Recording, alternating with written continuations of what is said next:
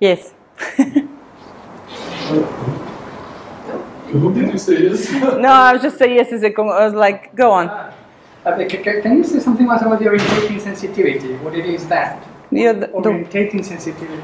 Oh yeah, okay. So basically, it's noticing details in your environment, acting upon them, reflecting deeply on what you see. So if you see the detail, then you'll ponder over it,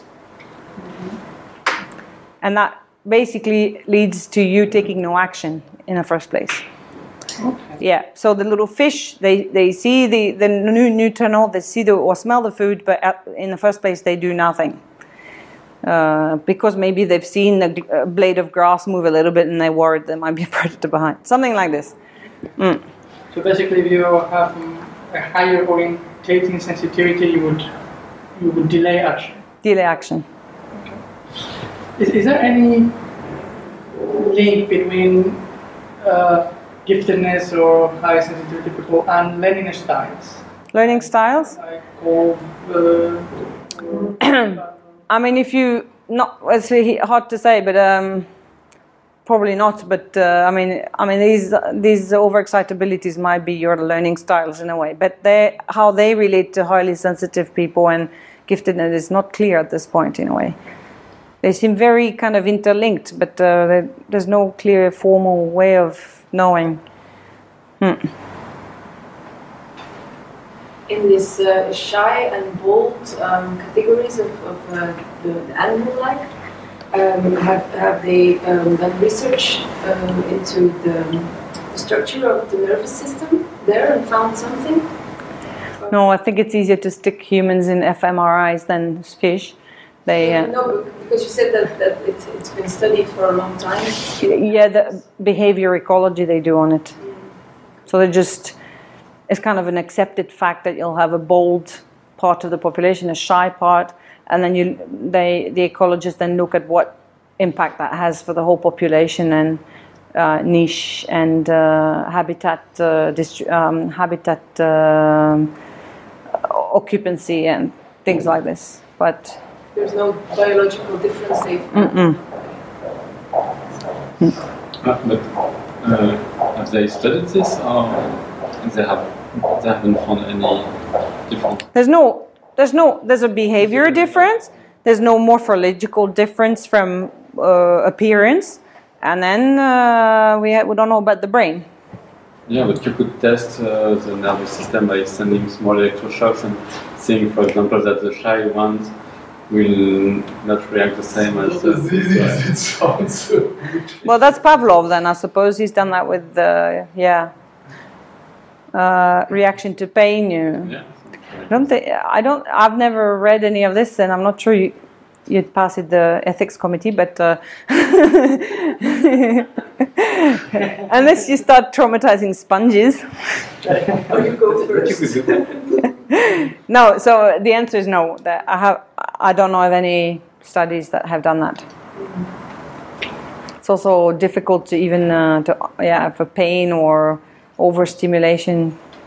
You can only observe what they do, and if they go away from stimulus, then you say, okay, they're the sensitive, the shy ones. It could maybe be possible to make the distinction also between shyness and sensitivity. You could maybe look at an animal would sort of pay attention to something, but that doesn't mean that it will shy away from it. So it could be that there is a distinction in the whole animal kingdom as well. Right.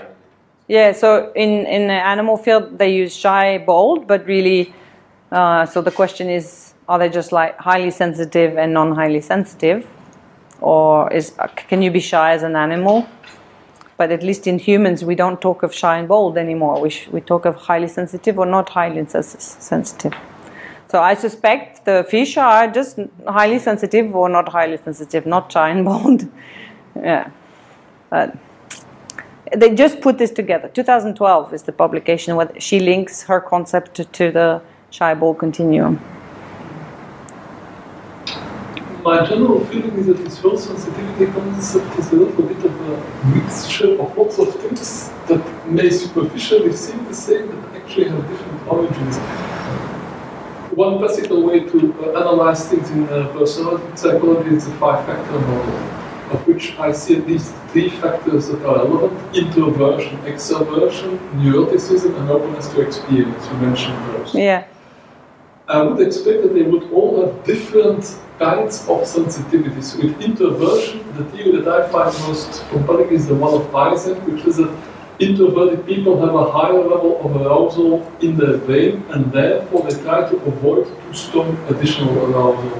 While extroverted people have an intrinsically low level, and therefore they're seeking for strong stimuli. Which would mean that basically that introverted people are more sensitive to too strong stimuli, which is one aspect of sensitivity. So they will try to avoid strong stimuli. They prefer to sit quietly in their room reading a book rather than to go to a party where there's a lot of noise and lots of flashing lights and so on. So that is one kind of sensitivity. The neurotic type of sensitivity, that's people who are basically afraid, easily afraid, and are constantly looking out for things that may be threatening and who tend to overreact to small signs of things that may be threatening. But that's basically an interpretation. It's not so much that they are more sensitive to the stimuli themselves, it's more that they interpret them in the way that they get more excited about it. Yeah, so these type of people would be by Elaine Aron, a highly sensitive person with a difficult childhood that lives, that reacts to their own symptoms of high sensitivity in a negative way rather than in a neutral or positive. Not in a negative way. Negative emotions are kind of intrinsically stronger than positive emotions because it's a mechanism of the brain. It's a paper that calls it, I believe, negative information weighs more heavily on the brain. It creates more arousal if you interpret something in a negative way than in a positive way, because in a negative way it means there is a danger and you should be ready to fight or flight. If it's positive, let's say, okay, there's an opportunity that you can take, that you can profit from, but if you miss it, it's not a great deal. So my interpretation of the neurotic type of sensitivity is not so much that you're more sensitive to the stimulus, but you interpret it in a way that it leads to more excitation, to more arousal. And then the third one, the openness to experience, that is not so much to do about strong versus weak stimuli like in introversion, but I would say a difference between complex, fine-grained, subtle stimuli versus coarse stimuli. A person with openness to experience will prefer the more subtle, complex, widely extended stimuli rather to the coarse stimuli like black and white things. So that, the openness to experience is definitely correlated to giftedness. For me, those two are apart and most strongly correlated. The introversion might be slightly correlated, while the neurosis, I'm inclined to say it's a separate dimension. Because the neurosis, we say, has to do with happy childhood, unhappy childhood. It does not say how your brain functions. So in that sense, I would at least distinguish between those two aspects, and then probably because there is a clear difference between introversion and openness to experience in factor analysis, that there is also a difference between people sensitive to what I would call subtle, rich stimuli, and people sensitive to hard, intense stimuli. Introversion is avoiding intense stimuli. The openness to experience is, let's say, avoiding almost stupid, uninteresting stimuli. But I think that they, or we can argue, at least they argue that introversion is not fear stimuli, because seemingly there are introverted people that are sensation seekers. So, so you have they all cross over, the sensation seeking, non-sensation seeking, introverted, extroverted pattern, they cross. So you can have any form of the four that can happen. The problem with introversion is that there are actually two aspects to it. The most common aspect is the social aspect, that is, introverted are people that tend to avoid social contact, extroverted people are people who seek social contact.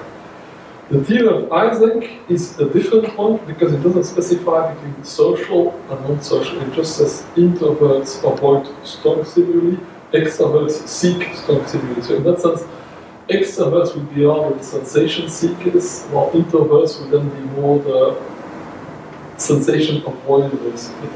It also again depends what you call a sensation. If a sensation is a normal experience, and you have a high openness to experience, and yeah, you would see the sensation.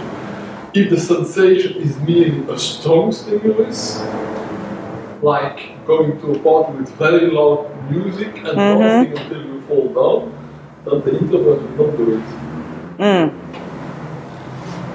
So, I think the field is rather confused because sensitivity, I think there are several dimensions to it. And some of those dimensions I think are definitely related to giftedness. That's what I've done in my paper. I suggest that giftedness is caused by better neural propagation. So if wherever in your body some nerve is stimulated, it propagates more widely throughout your brain and your nervous system. That's kind of my theory of giftedness. That will also be a theory of sensitivity in the sense that small stimuli can reach all parts of the brain. But how do you react to the stimuli? If you react with an arousal like a neurotic person might do, it's a different from if you react with a form of mild interest and wonderment, like an introverted person who is open to experience might do. So I think that you should distinguish between the effect that the stimulus has on the brain and the fact that you are sensitive to the stimulus. Yeah, okay. Which it doesn't do. So yeah, it's not. This concept doesn't do. So maybe we should invent a new scale of sensitivity that, or one of the subscales that is.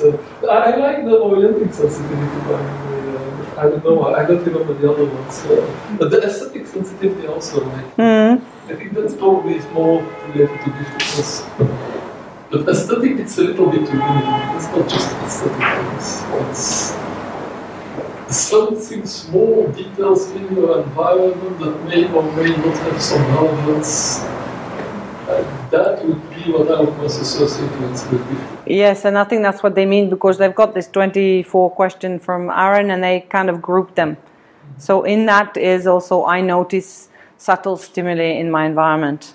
And another one is I get easily moved by artwork and music. And so they kind of lump them all to have aesthetic. No, what was it? Aesthetic. So they had to group them somehow. They didn't. These new categories they made are based on the original scale from Aaron, and in that is really differing. There's widely differing. There's also one that says I react strongly to hunger and caffeine. So if you read those in the HSP scale and try to lump them into these 2 or 3 categories. I think I did what was it, the 14 level? The 14, how many questions? Yeah, it's 23 questions, and if you have 14, then you're... I think I scored 13 also, so I was just in the... Yeah, but males... In another day I might have scored 14, so... Yeah, that's also true, and males tend to score lower than females on this scale, apparently, yeah.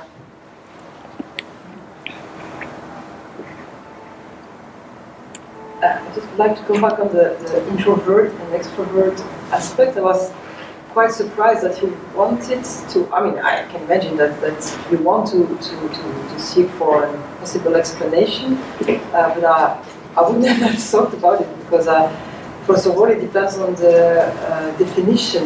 About introvert, extrovert, when you think about the Myers-Briggs model, MBTI model, the introvert is the way, is how you resource, I don't know the word in English, ergonnen, how you, I mean, if you feel tired, some people say, I just want to go to the pub and hear loud music, some other people say, I just want to sit on the couch, be alone and read a book. So it's more how you define that type, how you are, if you are introvert or extrovert, and not really the way you speak, the way you act, and also the what you call it, the shyness. I would call it reserved. Some people are just more reserved. Is it a word?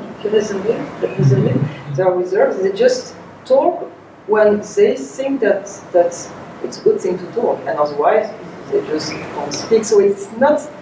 I mean,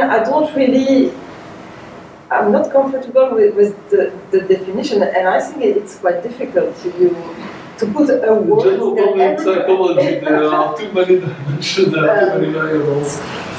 So it really depends on the definition you give of extroversion, introversion. Is it shy or reserved?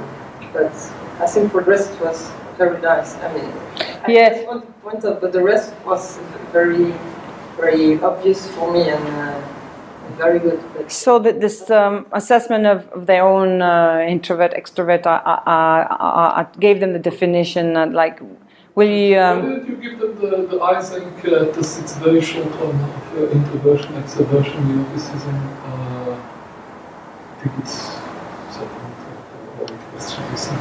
Yeah, it looked like a can of worms, introversion, extroversion to me. Honestly, I didn't look into it much, and it looks like there's 1,000 definitions. So basically, you should read the theory of Eysenck, who describes it in terms of the level of arousal in the brain, because it's very closely related to sensitivity. And it's a different theory from the usual one, because it doesn't speak about social or non-social, shy or reserved. It's just about.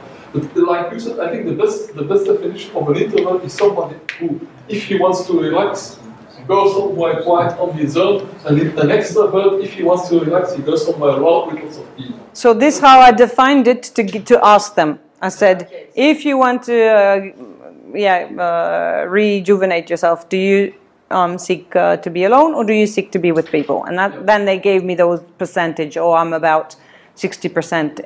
Introverts, 40% extrovert. So, but it. MBTI is made for business, and in business you have to relate to the other. So you cannot say, I mean, do you talk to your neighbor? Yeah, I talk to my. Yeah, I have to. Out of business. So it's more, as you said, on your free time. What would you tend to do? Myers-Briggs, by the way, has been tested. So I mean, none of the constructs of the Myers-Briggs fit well with highly sensitive. She's looked into it. It was just for the definition. Yeah.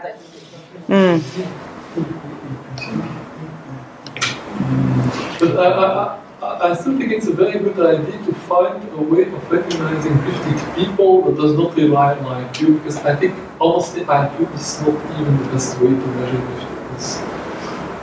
I think there are lots of reasons why people can score badly on IQ tests. That doesn't mean that they are stupid. That is why. Do you know there is this kind of it's not a full test, the one of. I don't remember. I listed it in my paper. It's 20 issues. It's for parents to recognize gifted children. Like the child has an unusual sense of humor. The child has a special sense of honesty, likes to read a lot, has a high developed grammar. There's a list of characteristics like that. If you could base a test on something in that style, but for adult, I think that probably awesome. Yeah. And then you don't call it giftedness or something like that. I don't know. It's try to find a neutral term that will demystify the word people. It doesn't sound like an elite.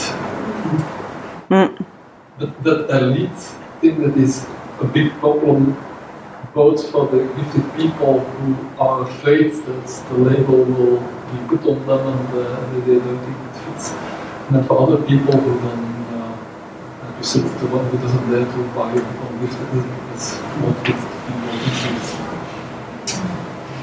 Yeah, this is a real problem, and I don't know that. I mean, what I've read, it seems that this highly sensitive person does the job in a way. Like it seems to resonate in some ways, but I don't know if there's another concept that could be closer that we could use that would have the same advantage of kind of going around the problem, but still addressing some of the issues of gifted people. It's like imagination, creativity, and indeed sensitivity, but more in the sense of noticing things that other people don't notice.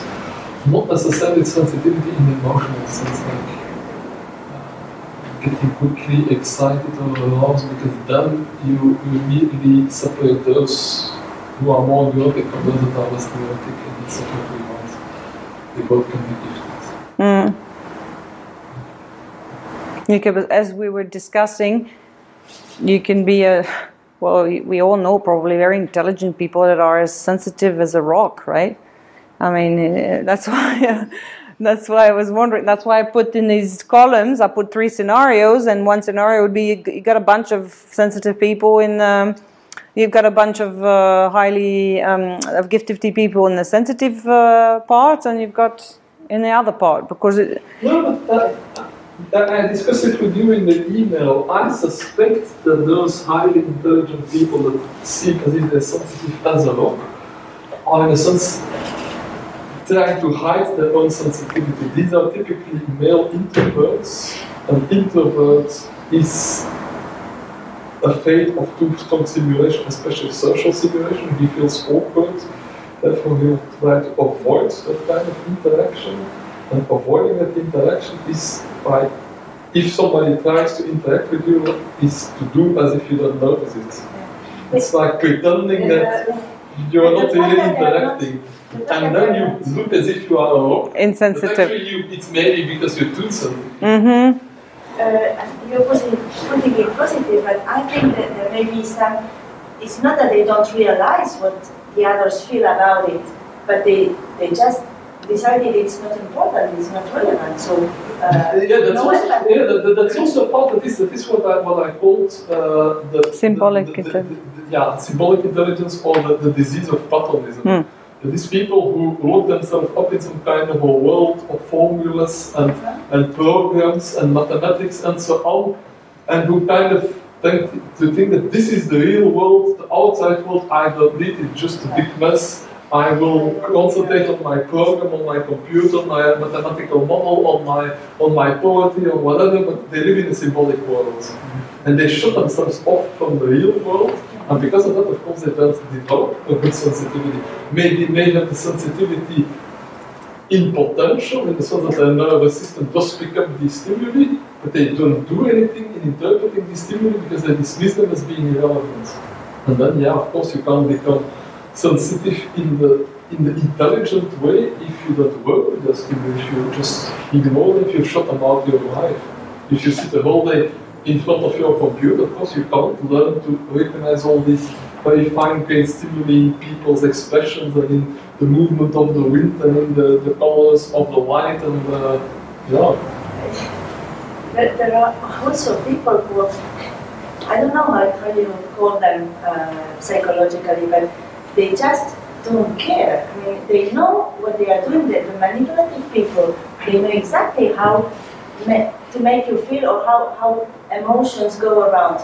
But it's like if it's not for them, I mean, they don't care that they don't do, they are not altruist, they don't want the good of everybody. It's more the sociopaths that you're describing. But there are a lot of very intelligent people. Yeah, there are intelligent sociopaths, It's not that they don't feel it, they just don't care. That's that would be your intelligent people of level 1 Dabrowski. Because he says basically intelligence along this whole pyramid is at the service of that level. So if your level is that your values and your biology and rules of society you live in, but you're highly intelligent, you'll be getting a person like you say. And if they're anywhere else on the path there, they might be altruistic, but they'll be intelligent and maybe in positive disintegration or the level above, maybe.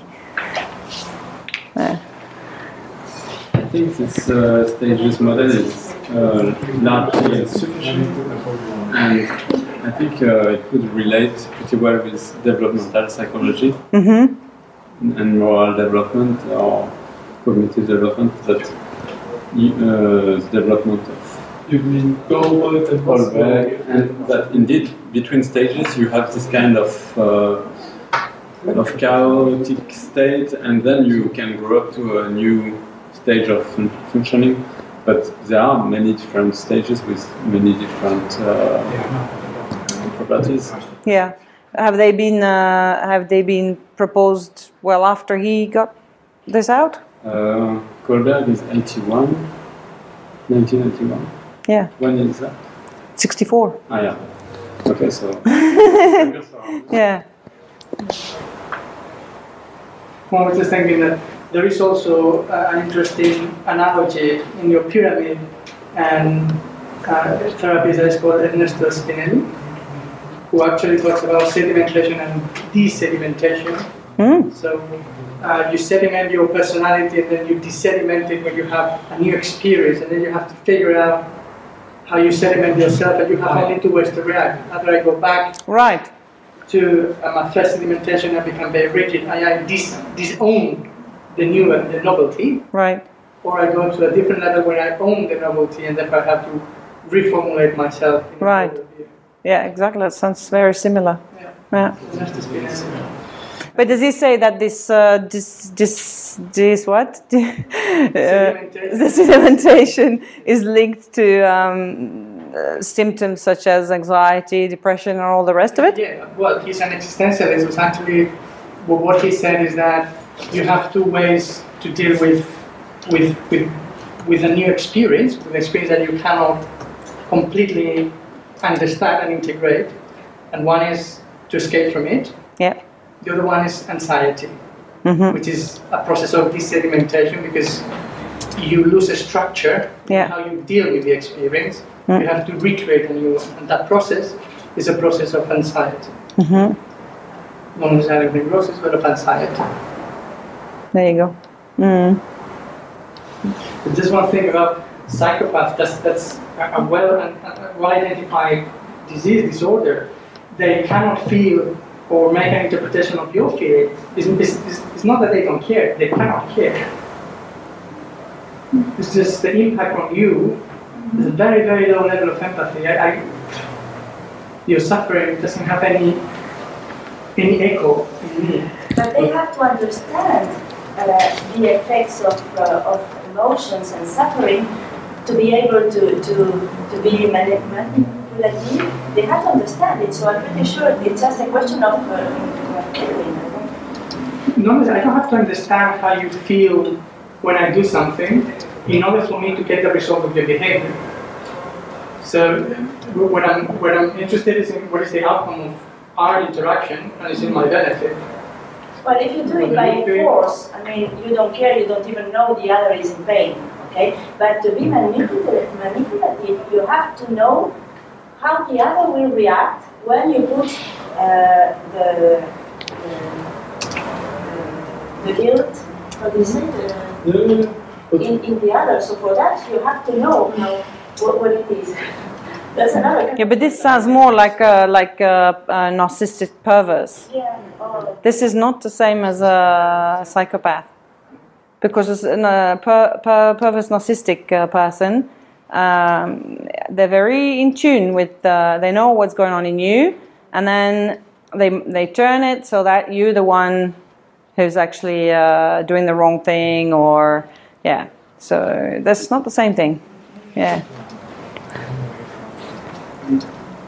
We were asking ourselves the question whether narcissistic perverts are actually highly sensitive persons, because they seem so clever at knowing what to do to catch you and make you do what they want, that you wonder if they don't have extra abilities to sense, and they use it for the wrong purpose, basically. Yeah. So.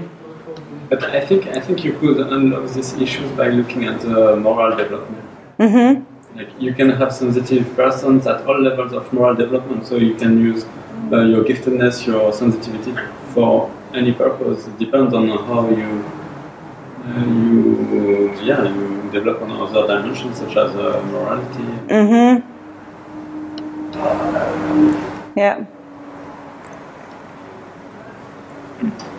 What I like in the positive disintegration model is the idea that at a certain moment you notice that the things you have been given by your environment are not enough, that there are things that don't fit. And then you start to seek for new blocks that you try to fit together in a new order. The only question is, do you really need to destroy everything there? I suppose it depends on the quality of the blocks that you have coupled to your education. If your education was pretty liberal and caring and so on, maybe you just need to replace 1 or 2 blocks and then you don't really need to disintegrate. Mm-hmm. And then you don't need to go through that stage of pain and anxiety. Yes, we've been discussing that because otherwise we'd have everyone go in positive disintegration that is able to grow, right? But it's not always the case. You have people that have grown a lot morally and they didn't go into disintegration. So, yeah.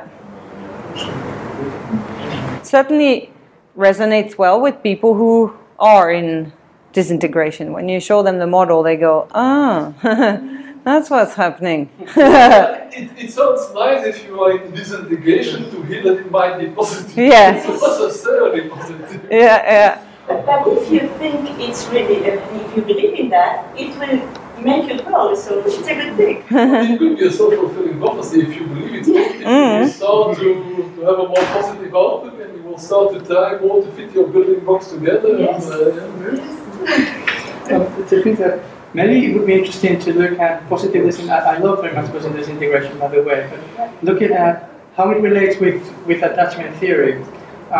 Do people with a well-developed attachment have a milder positive disintegration that they don't experience, or well, that's more or less what I was aiming at. So just maybe, is there anything from an emotional point of view? Because if the experience is neurosis is very much linked with a parenting, comparing your ideal self with your real self, which is very important. So maybe the way that they develop the attachment is what eventually gives the the depth of the emotional disturbance that you go through this. The other one I'm quite curious about is whether there is anything that links the personality disintegration with positive disintegration with cross-cultural elements, because in the work we do in coaching, there's certainly a very similar processes when people are exposed to a very intense cross-cultural experience. What happens is you have to rebuild your blocks, and your experience is a complete disintegration of your behavior and values. So thinking if there's anything that you have come across linking both elements. No, I mean this theory of positive disintegration is very it's very rarely mentioned. I mean the field where it's most mentioned is gifted education. And I think there's no link that I know of, and it doesn't seem that I haven't seen any of the psychological theory that you mentioned here been in relation to positive disintegration. What was actually the context in which Abrowski mentioned this? Was he saying that this is something that happens to everyone, or did he say specific societies this occurs a lot? Why did you come up with this idea? I think he was trying to make a model to explain the worst behavior and the best behavior he saw in the war. I don't think he says, I've read 3 of his original books, well, not in Polish, but in books, and it's very abstract when he talks. It was very hard for me to even make this little pyramid, even though it looks very simple to you, but when you read him, he's like way up there. So he doesn't say, I guess he doesn't say that everybody goes through positive disintegration, but he says it can happen. I mean, this would be a model to explain the worst possible behavior on Earth. So if you're highly intelligent, you put all your intelligence in your level 1 development of your personality, so your low personality development with high intelligence, and you can be doing a fair bit of damage. And that would explain maybe bad behavior if you decided to act badly, and high behavior with these people at the top of the pyramid that would put the intelligence towards serving the earth and humanity. It wouldn't necessarily seem to be on one line. You could imagine someone who finds its basic, the more basic building blocks challenged, and then decides to rearrange that, or just rearrange it by one process and ends up being someone really bad in moral terms, because sort of reinvent yourself but become a really evil person because you find that this is actually some possibility. Okay, so that wouldn't fit into his model, let's say, because the personality ideal is your a high version of yourself, a high with all the positive high version of yourself, and the personality ideas, you decide on it what it is, so it's not the same for everyone, and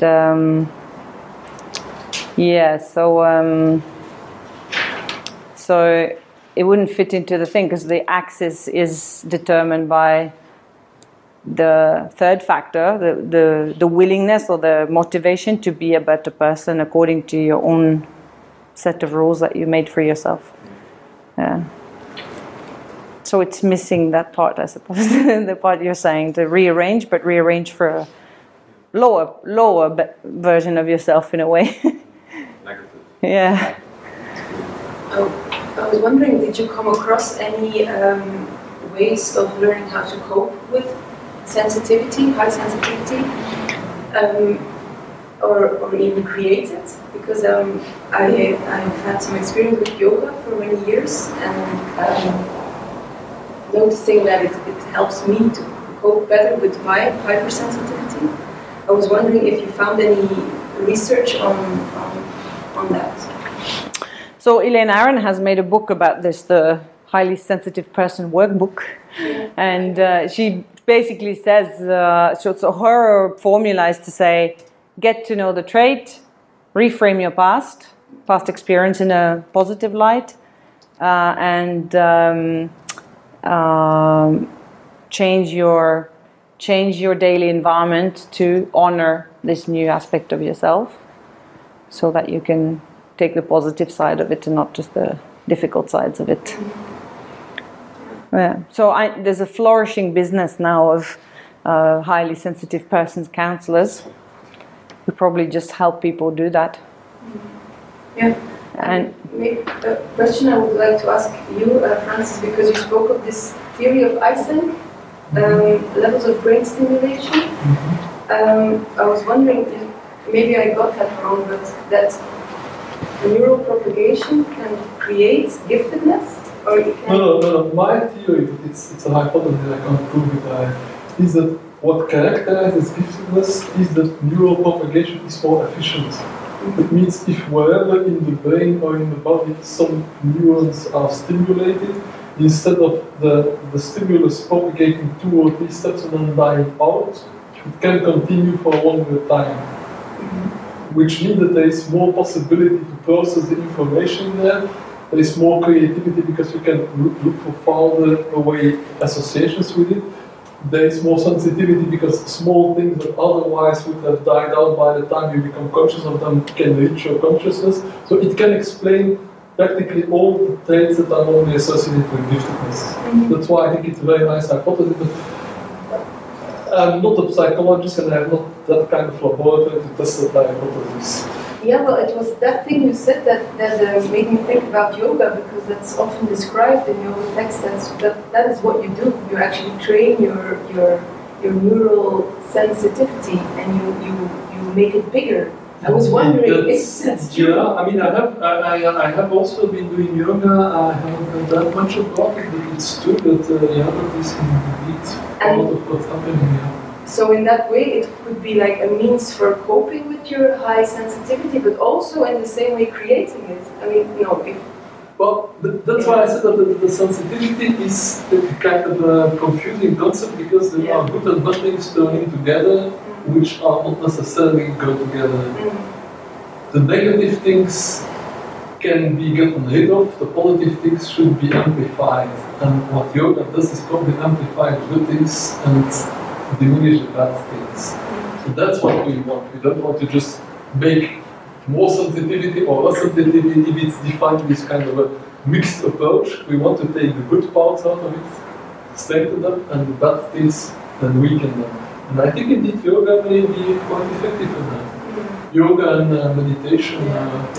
Clement also has quite some experience with that. Yeah, but what I read once, I don't know where, but it was that you should be able to play with different kinds of activities, depending if you want to open yourself to be more sensitive to everything, or on the contrary, if you want to become stronger and less sensitive. And like if you do some sports, like team sports, football, I don't know, where you have to fight a bit or fight in sport, it will build your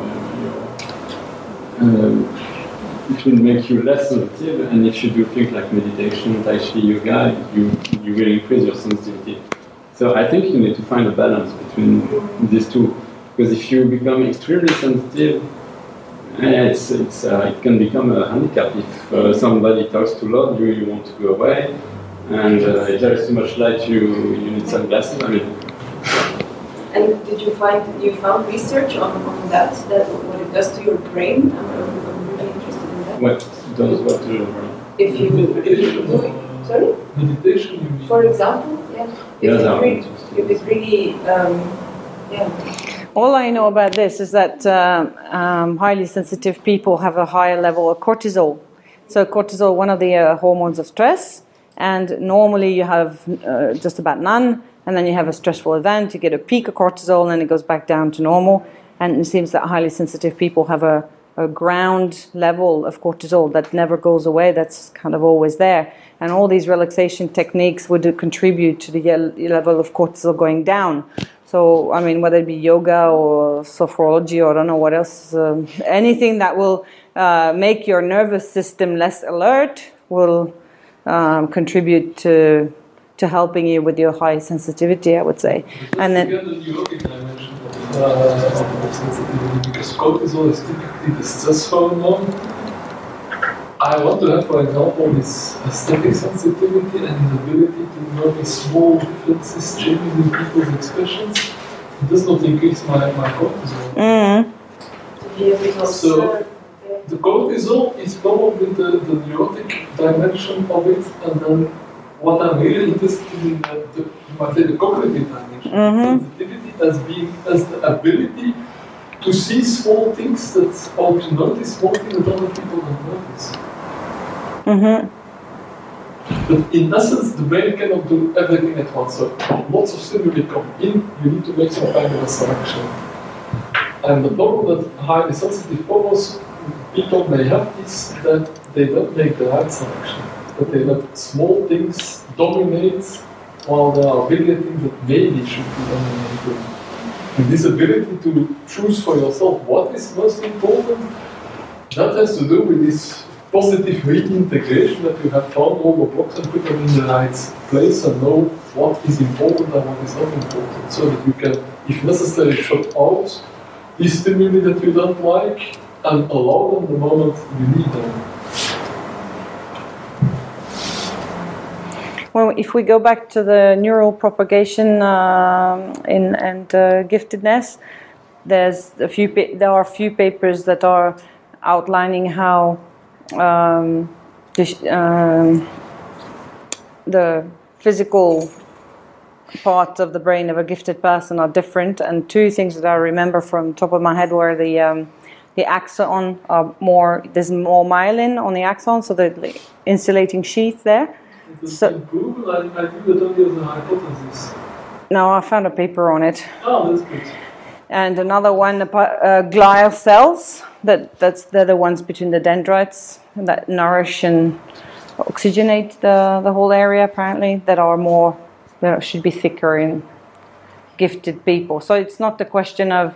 It wouldn't be so a question of. You could always stimulate your brain, but in a way, apparently, there's also this physical component that you have it or you don't, kind of thing.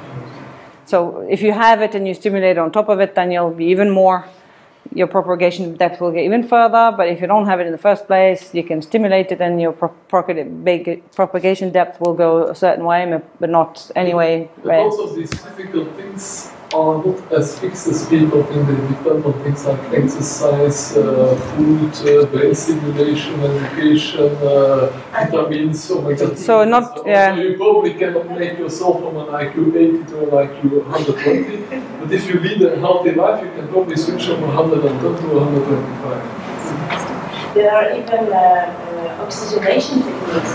They inject you oxygen to do a better connection. So, nature. Maybe a suggestion, it's not exactly what you're looking for, but the person that I have met that has worked the most in putting together cognition and meditation is Francisco Varela. He has a book where he has one book that's an embodied mind, which is quite interesting, but he has a book which is Conversations with the Dalai Lama, where he tries to bring cognition science and Buddhism together. And what are the parts where they overlay? So that's quite interesting book. It's called something on that. Can you say the name? Francisco Varela. Varela. V-A-R. Spanish pronunciation.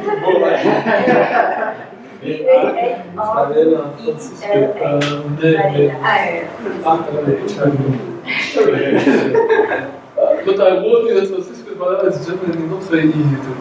No, it's not. But he wrote Conversations with the Dalai Lama. He has, yes. It sounds very readable. Well, yeah. It sounds, I wouldn't expect too much of it knowing Varela. He's a really very deep intellectual scientist, philosopher. But if you have the patience to go through it and read it 3 or 4 times. Oh, okay. I have my whole life.